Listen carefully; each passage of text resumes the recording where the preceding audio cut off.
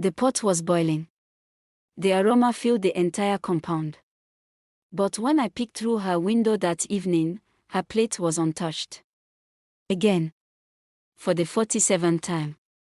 I had been counting. Don't judge me when you live in a village where everyone knows everyone's breakfast menu, you notice things. Mama Zainab moved into the compound 3 months before this whole thing unraveled. The house next to ours had been empty since old Papa Benga died, and honestly, we weren't expecting anyone to rent it. The roof leaked, the windows creaked, and there was that smell, the smell old houses get when nobody's lived in them for too long. But she took it. Paid 6 months upfront in cash. My mother nearly fainted when she heard. The first week, Mama Zainab kept to herself. She'd wake up at dawn, I know, because I'm an early riser, and she'd sweep her compound so thoroughly you could eat off the ground. Then, around 10 a.m., she'd go to the market. Every single day. And she'd come back with bags overflowing with vegetables, peppers, tomatoes, meat, fish, stockfish, crayfish, everything. By noon, her kitchen would come alive. The sound of a knife on the chopping board was like music, chop, chop, chop, chop.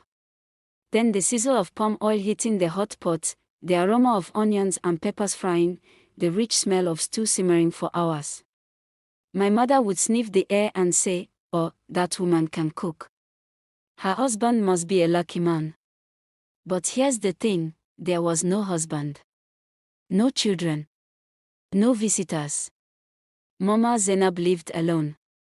And she never ate.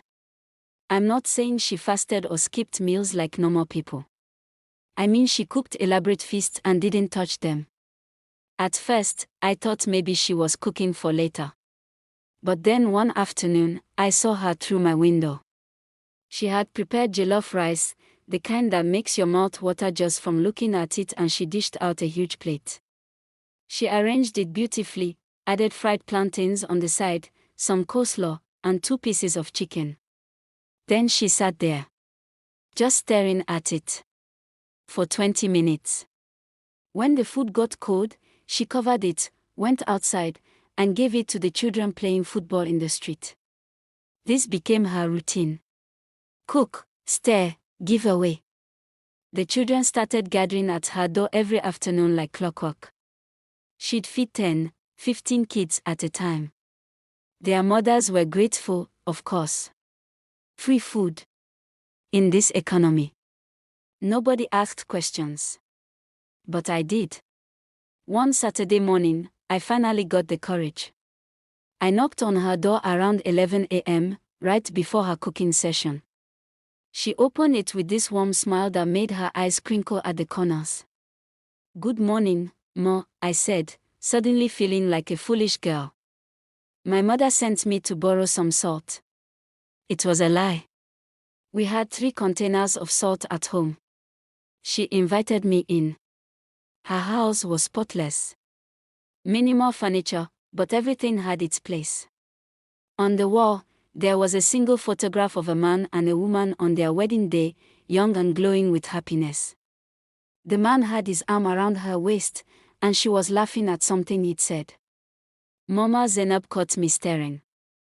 "My husband, turned," she said softly. "He passed away 5 years ago." "I'm so sorry, Ma."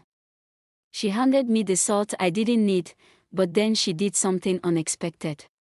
She asked me to stay and help her cook. I almost said no, I had things to do, but something in her eyes stopped me. So I stayed. As we chopped vegetables together, she began to talk.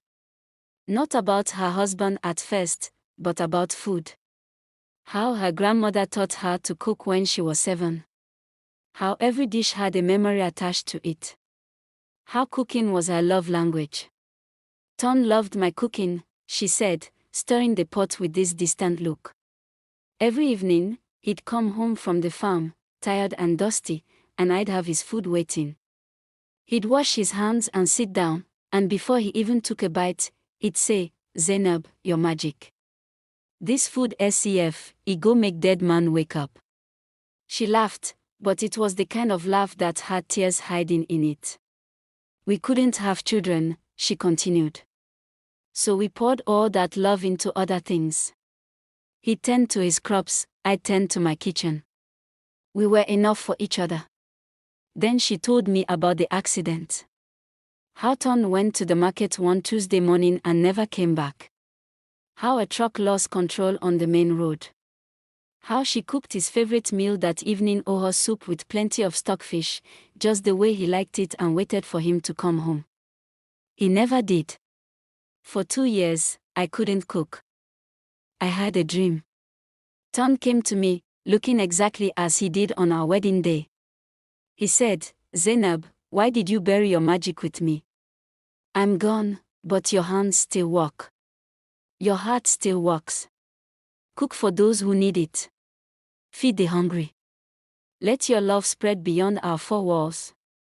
She paused, wiping her eyes with the back of her hand. When I woke up, I knew what I had to do. I moved to this village because nobody here knew me, knew my story, knew my pain. I could just cook. And every plate I give away, I imagine it's Ton sitting somewhere under the stars, smiling at me, saying, "That's my Zainab." Still magic. We finished cooking in silence.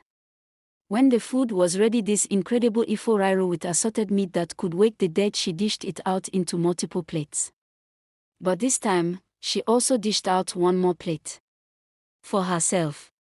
And she looked at me and said, "Will you eat with me today?" So we sat there, 2 women who were basically strangers an hour ago, eating this incredible food in her tiny kitchen. And for the first time since I'd known her, I saw Mama Zainab actually eat. Not much, just a few spoonfuls, but she ate.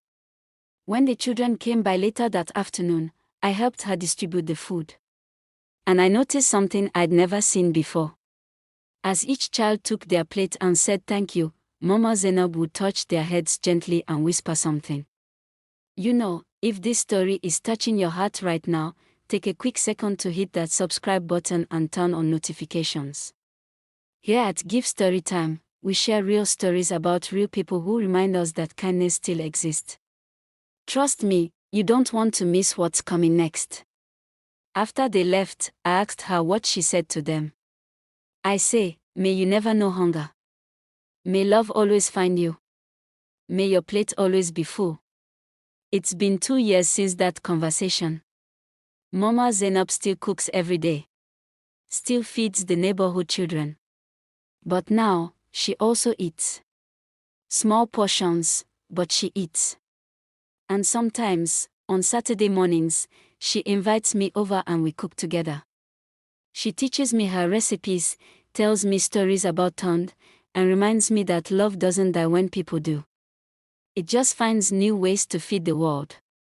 Last week, I caught Mama Zainab talking to that wedding photo while she cooked. She was laughing, telling him about how one of the children said her stew was better than his mother's. And I swear, I felt something warm in that kitchen. Like someone else was there, smiling. Some stars never stop shining. They just light up different skies. If you enjoyed this story, give it a thumbs up and subscribe to Give Story Time for more incredible true stories. What would you cook for someone you love? Drop your answer in the comments below. See you in the next story.